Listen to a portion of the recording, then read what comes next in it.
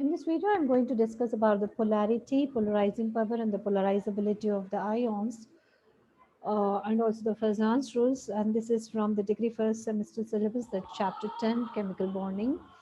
The whole chapter has been discussed on my YouTube channel. If you like it, you can go through it, and the details of this has been given in the description box below. And please do like, share, and subscribe my channel. Yes, when you before understanding the polarity and polarization, let's quickly revise what is ionic and covalent bonds. So when we come to this ionic bond, we already know that it involves a complete transfer of electrons from one of the bonded atoms to another bonded atom. So when you take an example of sodium chloride here, there is a complete transfer of electrons from sodium to chlorine, and there is an electrostatic force of attraction in between the oppositely charged ions. So yeah, this is what is ionic bond, and we come to the covalent bond. Unlike this ionic bond here, there is a sharing of electrons in between the bonded atoms. So when you take this example, so this bond two atoms, there is a sharing of electrons which is taking place here, and it can be either equal sharing or unequal sharing of electrons. So for example, if you take this hydrogen, so the sharing of electrons is equal here, so that means the bonded pair of electrons are equidistant from both the bonded atoms, and they're shared equally among these two atoms. So this is called as non-polar molecules. And the other type of covalent bond is a polar covalent bond. And if you take an example of hydrogen fluoride here, we know that the fluorine is more electronegative when compared to that of the hydrogen. So as a result of this electronegativity difference, the fluorine will try to draw the electrons more towards it, and as a result there's a partial negative and partial positive charge which are developed in the molecule. So because of the polarity developed, hence the name the polar covalent bond.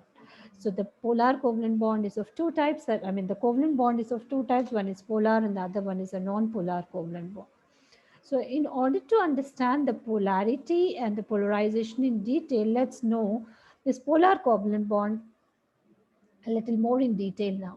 So we have taken the example of this hydrogen fluoride.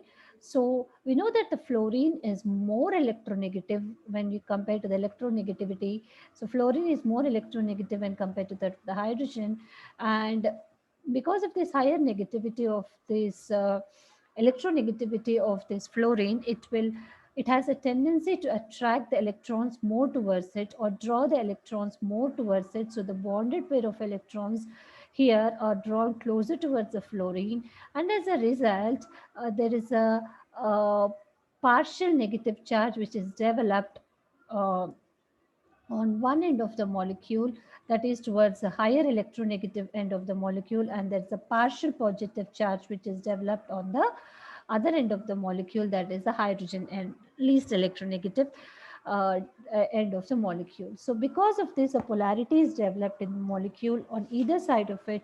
So these are called as electric poles, and the molecule is said to be dipole. So di itself shows that there's a two poles on the molecule. So partial positive and the partial negative charges on either sides of the molecule. So this is what is the polar covalent bond, and this polar covalent bond is important to understand the polarization uh, or yeah. So most of the bonds which are formed are the bonds which are the bonds of the type which are formed in between the ionic and the covalent bonding. So this we are going to deal with here. What is this now? The covalent character of the ionic bond. What does this mean? Yes. So when we take two oppositely charged ions, suppose A plus and B minus here, yeah. And if you observe this, the cation is smaller in size when compared to that of the anion. So why? It's very simple. This is because in the cation, if you take an atom, if you remove an electron from it, it becomes positively charged, right?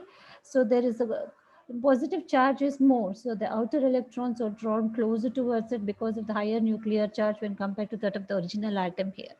So this is what the cation shrinks in size.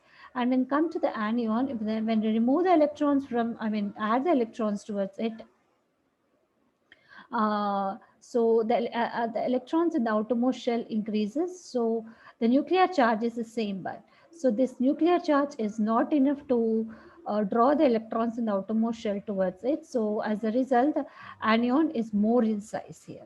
So the cation is generally smaller in size, or usually smaller in size when compared to that of the anion. Here the electrons is removed, right? Yeah. So when two oppositely charged ions are brought together or brought a little close to each other, or they approach each other, the ions try to affect each other. That means a positive ion affects the anion, and in the same way, the anion will affect the cation. So, in addition to the attractive forces in between the cation and the anion, so there's attractive forces. There are also repulsive forces which are acting here. What are those repulsive forces? So, there are also the repulsive forces which are acting here. So the electrons of both these will repel, and also the nuclei of both these ions will repel each other. As a result, there is a distortion of the electron cloud, or the deformation or polarization of the electron cloud of the anion. So this is what is the polarization. Why this is happening means because of the effect of one ion on the another. So let me tell you this. This will make you understand this in a better way.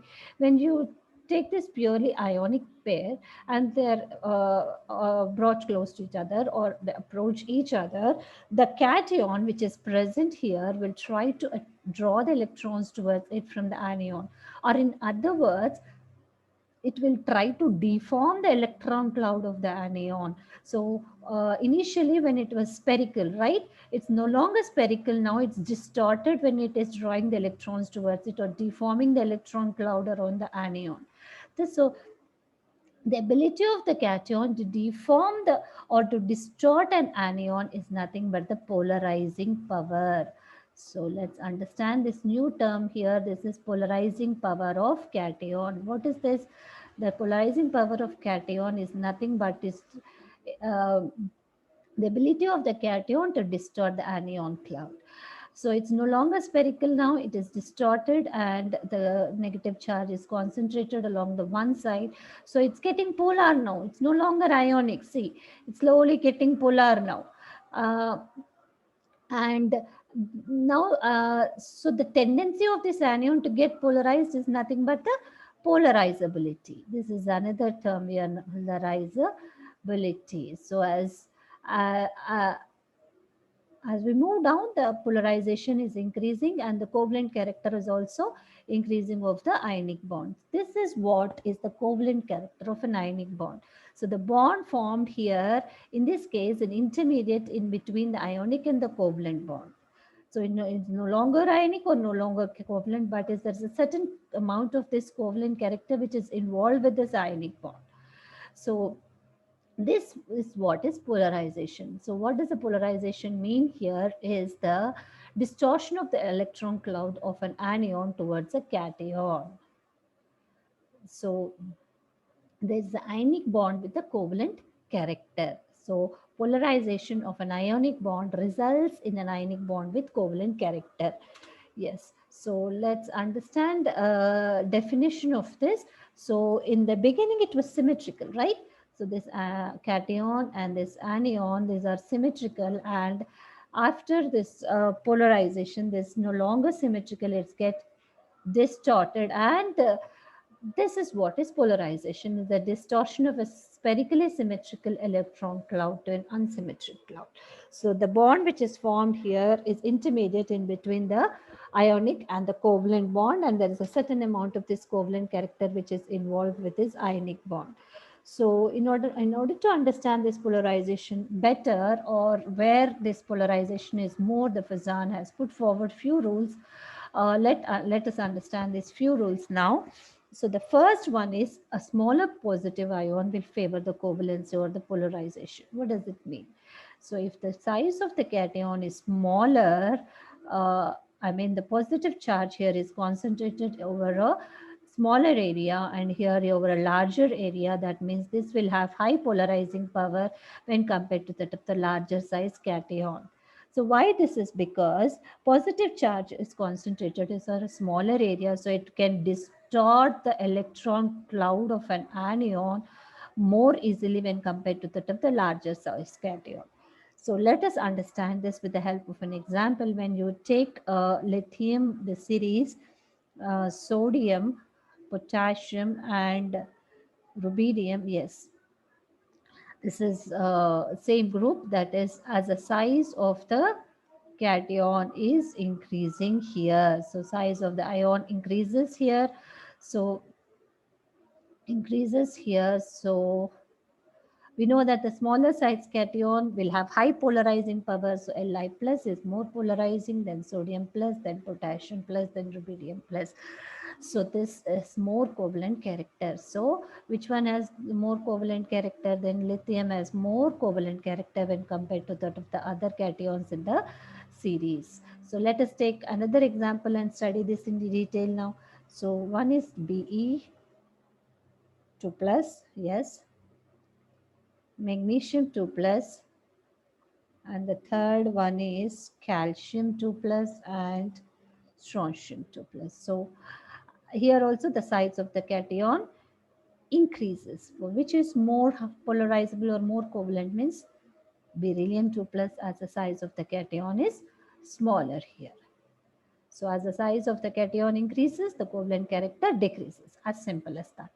And the second with higher charge also on this cation will favor the polarization or will have high polarizing power. Why this is because, yeah, this higher charge, as simple as that. If the same size cations will take and the same, I mean different charges, if the charge is more on this, so this will definitely be high polarizing when compared to that of the less charge. Yes. So again, let's understand this with help of an example here. Yes. Yeah. For example, when we take potassium and calcium, so 2 plus and 6 plus. So this has more charge. Definitely, this will have high polarizing power or high covalent character. And next example, if you take this sodium, magnesium, and aluminum. More charge is 3 plus, so definitely aluminum 3 plus is more covalent than magnesium 2 plus, which is more covalent than sodium plus. So small size cation and more charge or higher charge cation will favor the polarization. So the second rule is, just now we said the smaller size cation and here it's a larger size anion. So this can also be best understood. Now, if you take the size of the anion a little, so a larger negative ion means the size of the anion is larger. That means anion is larger, so that electrons in the outermost shell will be farther away from the nucleus, so they cannot be drawn to closer towards the nucleus, so they can be easily polarized. That means outermost electrons are shielded from the charge on the nucleus in the smaller positive, I mean smaller negative ion. So this one, so the larger size anion, which means that the electrons in the outermost shell cannot be drawn closer towards the nucleus because they're farther away from the nucleus. Therefore, this larger size anion will favor the polarization. That means it can be easily polarized. And also the more charge on this, I mean, higher the charge on the anion, the more favorable is for the polarization. Let's understand this with the help of an example now. So when we take the example of, for example, this sodium chloride, sodium bromide, and sodium iodide. So this positive I mean sodium is the common here, so concentrate on this anions. So iodide is larger in size when compared to that of the bromide, when compared to that of the chloride. So we know that the larger size anion can be easily polarized by the cation. So NaI has more covalent character than NaBr, then comes NaCl.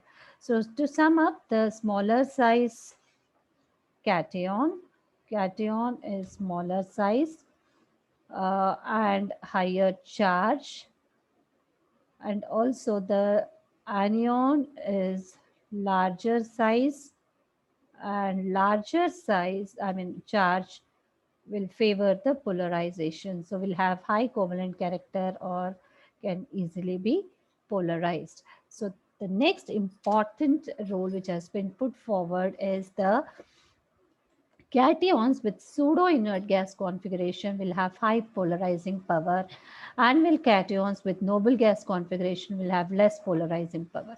So let's understand what is this pseudo-inert gas configuration. This pseudo-inert gas configuration is nothing but the cations with configuration of Ns2, Np6, and Nd10. That means the total of 18 electrons in the valence shell will have, this is noble inert gas configuration or pseudo inert gas.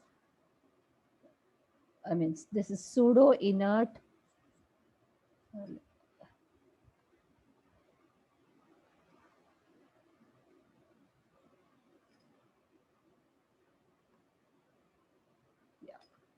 Pseudo inert gas configuration will have high polarizing power Pp or high covalent character when compared to that of this cations which has noble gas configuration. That means which is noble gas configuration Ns2 Np6, which means that it will have 8 electrons in the outermost shell, will have low polarizing power or low covalent character.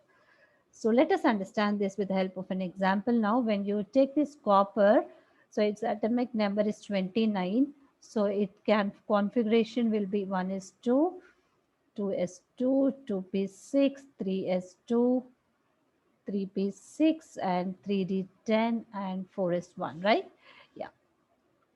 So when you come to copper plus, so it will lose this one electron, so it will outermost electronic configuration will be 3s2, 3p6, and 3d10, which means 18 electrons. That means pseudo inert gas configuration. That means it has high polarizing power when compared to that of any other ion uh, which is not having this pseudo inert gas configuration, which means high covalent character. Okay, yes. Then in the series, when we come to silver, which is having again 4s2, 4p6, and 4d10, again pseudo inert gas configuration. That means 18 electron. All these are high polarizing power, so high um, covalent character. And then comes orange, that is gold. This is 5s2, 5p6, and 5d10, right? So this is also 18 electrons, pseudo inert gas configuration, so high polarizing power, high covalent character, right? I'll give you one more example of this, that is of the zinc series. That is zinc, I mean, sorry, zinc. This is 30 atomic number, so 1 is 2, 2s2, 2p6, 3s2, 3p6, 3d10, and 4s2, right? So when we come to zinc 2 plus, that means it will lose these two electrons. So the outermost electronic configuration will be 3s2, 3p6, and 3d10, right? 3d10. So next is zinc, cadmium, and then mercury. Right. So this will be 4s2, 4p6, and 4d10. And this will be 5s2, 5p6 and 5d10. So all these having pseudo inert gas configuration, that means 18 electrons in the outermost inert gas configuration. So this will have high polarizing power or high covalent character. So when we compare Hg2 plus and calcium 2 plus, which is more covalent character, means this one, because this is having pseudo inert gas configuration and this is having noble gas configuration. Yes, this is more stable noble gas configuration. So to sum up, we have, if the size of the cation is less, cation, if the size of the cation is less and the charge is more, and also if the size of the anion is larger and its charge is more, and if the cations is having the pseudo inert gas configuration, all this will have high polarizing power or will have high covalent character. So this is what the Fajans rule says. And yeah, in my next video, I'm going to discuss about the Lewis theory and the other topics of the chemical bonding.